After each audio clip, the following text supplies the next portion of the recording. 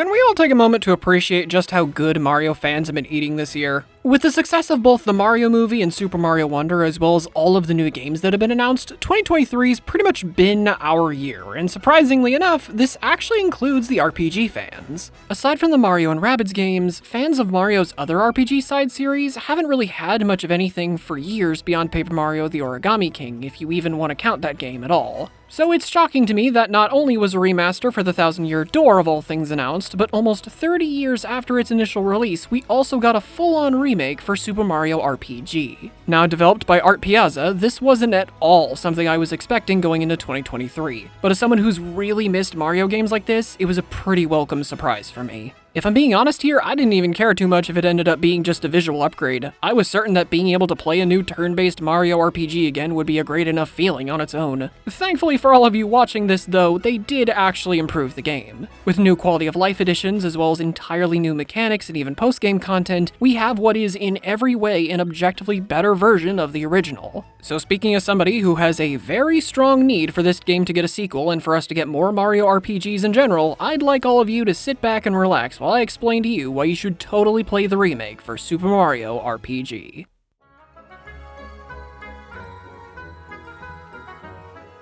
The story starts like how it usually does. Bowser kidnaps Princess Peach and Mario ends up saving the day like he always does. Or at least he would have if not for the giant sentient sword coming out of nowhere and crashing into both the wish-granting Star Road and Bowser's castle. In what was a surprising move for Mario's first RPG outing, the main villain wasn't actually Bowser. Instead, we have the Smithy Gang, a group of sentient weapon creatures made by a guy named Smithy who are bent on taking over the world by using the 7 pieces of the now broken Star Road. While the Smithy Gang aren't really anything special as far as villains go, especially for Mario RPG standards, they do help lead me into one of the best aspects of the stories in these games, how charming and fun it all is, especially with the cast. Like, I will never not love that Mario communicates with people like something out of a Courage the Cowardly Dog skit. Bowser's writing is just as great as ever, and despite him kinda being outclassed by Geno as a party member, who's also really great by the way, I love Mallow. He's an adorable fluffy bean, and the fact that both he and almost the entirety of Tadpole Pond genuinely believed he was a frog will always be funny to me. The best part about all of this, though, is that the writing for most other characters in the game is just as good. While I can't dive too deep into it, I still feel pretty strongly that to this day, Super Mario RPG really does radiate a level of personality and charm you just don't get from most other RPGs. I also definitely need to give a shout out to the game's enhanced presentation, because this game looks beautiful. While there is the occasional frame drop or two in normal gameplay, these might genuinely be some of the most visually impressive looking cutscenes on the Switch. The models and environments look great, and while it's probably hard to tell thanks to YouTube's compression, the lighting for a lot of these, especially Geno's introduction, is gorgeous. I gotta say, I also love that they gave each boss a brief intro scene before the actual fight starts. It's a small thing, but I think it goes a long way in helping major boss fights really feel like they're actually a big deal. Super Mario RPG's story may not be the strongest compared to its counterparts, but for the franchise's first RPG outing, it was a really good first try that paved the way for series like Mario and Luigi, as well as at one point Paper Mario and how they told their stories. This extends to the gameplay as well, because Super Mario RPG's combat laid the foundation for every other turn-based RPG in the series, with one of the most genius mechanics for a game like this I've ever seen.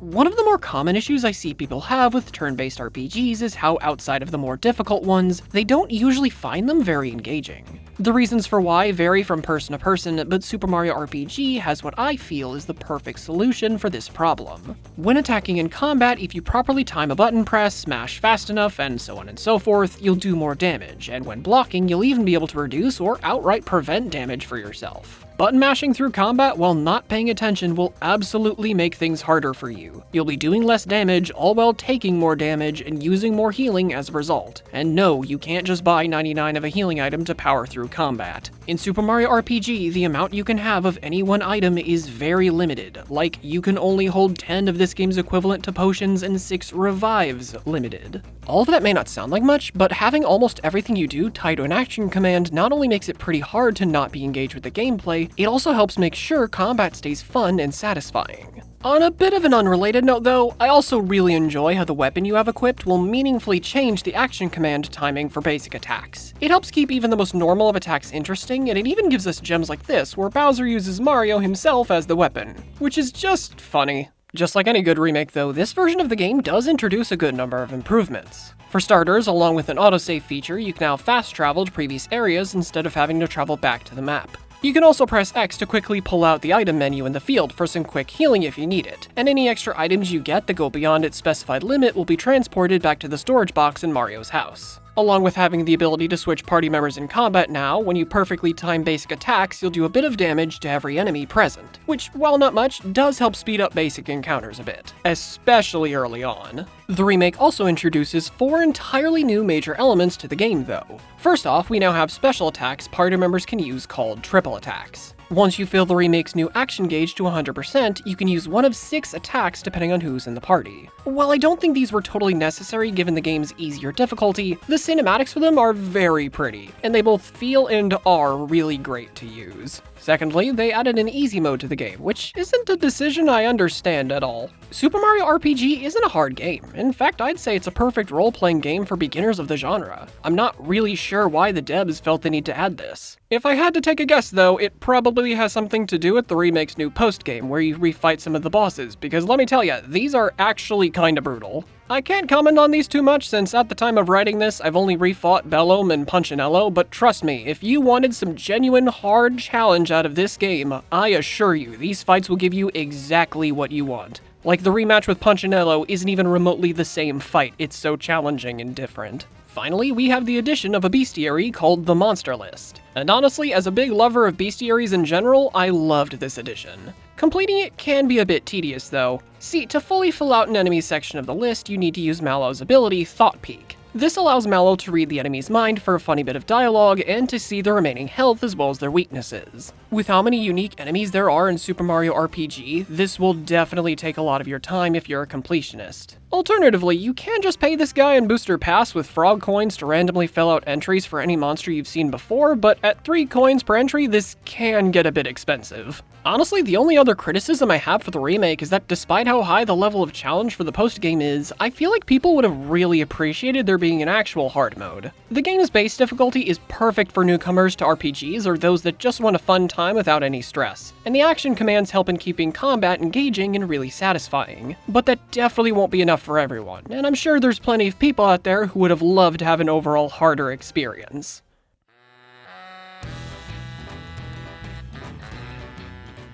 With the way Nintendo's treated Mario's RPG side series in recent years, I'm still kind of in disbelief that this game even got a remake at all, let alone one as good as this. While it's not the Red Plumber's best RPG outing, that would be one of these two, Super Mario RPG is a great classic that could have easily just been ported to the SNES Virtual Console. But instead, we got a visually gorgeous remake that adds plenty of wonderful quality of life improvements as well as new mechanics and even content that make what was already a great game even better. With the remaster for the Thousand Year Door coming out next year, which is a game I'm very excited to actually be able to experience, it gives me a lot of hope for future Mario RPGs and the possibility that Nintendo will do anything at all with the Mario and Luigi series like it deserves. So if anything I've said has made you interested, I totally recommend checking out Super Mario RPG. Thank you all for watching, like and subscribe if you enjoyed the video, and I hope you all have a nice day.